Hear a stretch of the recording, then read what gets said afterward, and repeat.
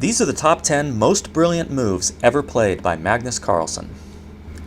Coming in at number 10, in this position, Magnus Carlsen has the black pieces, and he discovers a fatal tactical sequence beginning with a queen sacrifice.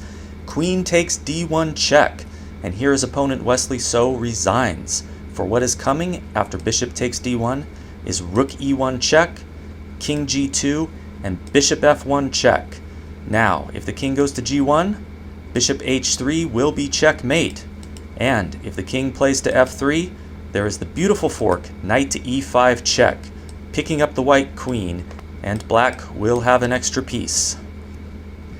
In the number 9 spot, Magnus Carlsen has the white pieces, and he plays a beautiful discovered check, which is a mate in 3.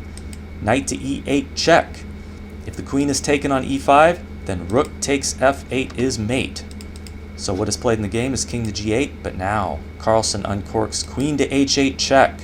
After the king takes, again, rook takes f8 is mate. For Magnus Carlsen's 8th greatest move, he has the white pieces in this position, and he finds the beautiful rook to e8, drawing the queen away from the defensive g6. Black doesn't have anything better than simply taking the rook, and now queen to h6 check. Once the king moves, there's queen takes g6 check, and black will either get checkmated or lose his queen. He has 3 possible moves. Let's look at why they all fail. Bishop to g7 runs into knight to f6 check, forking the king and queen. If you remove that knight with the rook, queen takes e8 wins the queen anyway. Let's look at rook to g7 instead.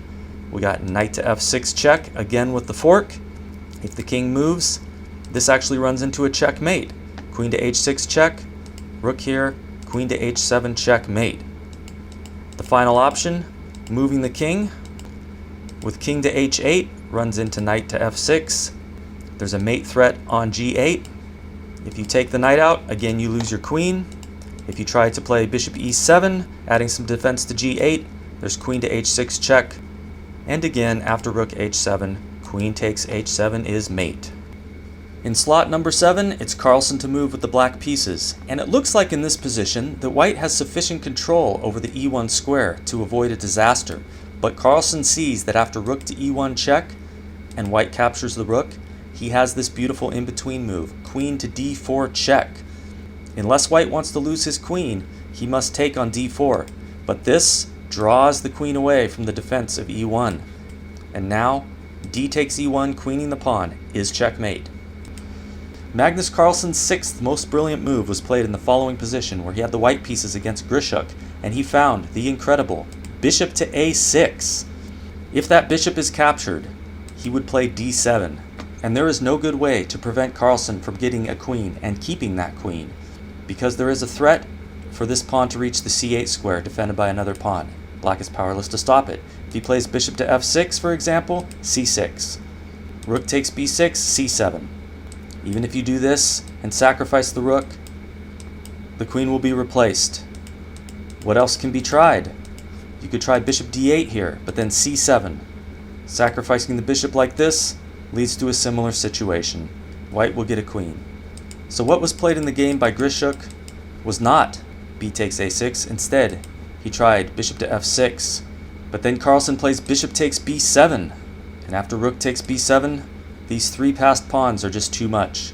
Carlsen continues with c6, letting Grishuk take a pawn on b6, and then Carlsen finds the only winning move. He plays rook to c1. If he were to try to push forward with the pawns, rook to c6 would allow black to sacrifice in the following manner. After d7, rook takes c7, and then he can sacrifice his bishop here, and actually has a winning position. But Carlsen defends the important c6 pawn with rook to c1, and after bishop takes b2, d7, there is no good way to prevent c7 followed by c8. Carlsen will get his queen and he will keep it. Coming in at number 5, Magnus Carlsen with the white pieces in this position finds his only winning move, sacrificing the exchange with rook takes g8 check. If the king takes, there's rook g4, which will win the black queen. Queen takes g8 is played, and now queen to f6, with the nasty threat of capturing the bishop, and this will drive the king to g7, and then again, rook g4 will win the queen. So, that check from the white queen cannot be allowed. If the bishop moves, there's rook g4, queen to h7, d6, threatening checkmate here. That must be prevented. Rook to e8, and now d7 hitting the rook. What are you going to do about that? There's the threat of taking the rook. There's the threat of making a queen. Black is totally lost. Another option would be to play queen to g6 here, defending the bishop this way. But this runs into queen h8 check. Queen g8 is black's only move. And now after queen h6 check, queen to g7, queen takes d6 check. The king is again driven to the g-file, and rook g4 will win the black queen. In position number 4, Carlsen with the white pieces finds a stunning move.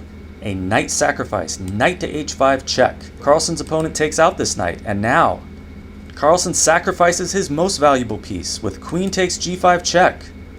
And after f takes g5, there is a forced mate, beginning with rook to f7 check, and wherever the king goes, rook takes h7 will be mate.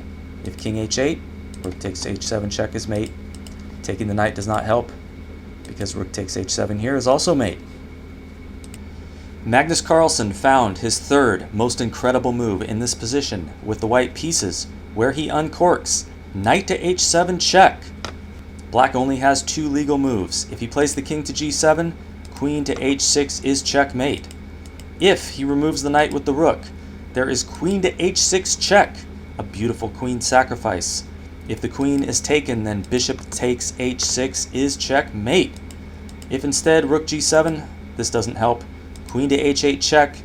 Black's only legal move is to put his rook in the way, after which white can choose his favorite checkmate. Bishop h6 checkmate, queen takes g8 checkmate, or taking the rook with the promotion of the pawn to a queen, or technically a fourth way you could promote to a rook. 4 possible checkmates in this position for white. The number 2 most amazing move of Magnus Carlsen's career to date, he found when he was only 12 years old. In this position with the white pieces, he played queen takes a7 in order to lure the black rook away from the defense of the back rank. After rook takes a7, there's rook takes c8 check. Black's only legal move is to give up his queen with queen to d8, and after rook takes d8 check, king takes d8, there's the fork, knight takes f7 check. The king moves, and after knight takes h8, white has emerged a piece up. Now back here it does not help to decline the queen sacrifice. If you move the rook to b8, protected by the knight, there's queen takes b8. And after the knight captures, rook takes c8 check. And in this line, black can move his king to d7, so does not have to sacrifice his queen. However, after rook takes h8, white has too much material for the sacrificed queen. Black can even take the knight on g5, but unfortunately the knight on b8 is still hanging. So after rook takes b8, the 2 white rooks compensate for the black queen, and there's an extra bishop for white. So white has a winning material advantage. If instead you try knight b6, defending the rook this way, queen takes a8 will lead to the same thing as in the previous variation. Only difference is the knight and be on a8 instead of b8. So the same thing, rook takes c8 check, and white will get too much material for the sacrificed queen for black to survive. And now the moment you've all been waiting for, the greatest chess move that Magnus Carlsen has ever played. It comes from the final game of the 2016 World Championship match against Karyakin. Carlsen, with the white pieces, on the verge of being checkmated himself, finds the only move to save himself and win the game with a forced checkmate in 2 moves, beginning with a queen sacrifice, queen to h6 check. Black has only 2 legal moves. King takes h6 runs into rook h8 checkmate. The only alternative to take the queen with a pawn, g takes h6, will allow rook takes f7 checkmate. A beautiful resource found by Carlsen in the final game of his World Championship match. So I hope you enjoyed that top 10 list. Please subscribe to this channel for more chess videos, just as awesome and even more awesome than this, coming your way soon.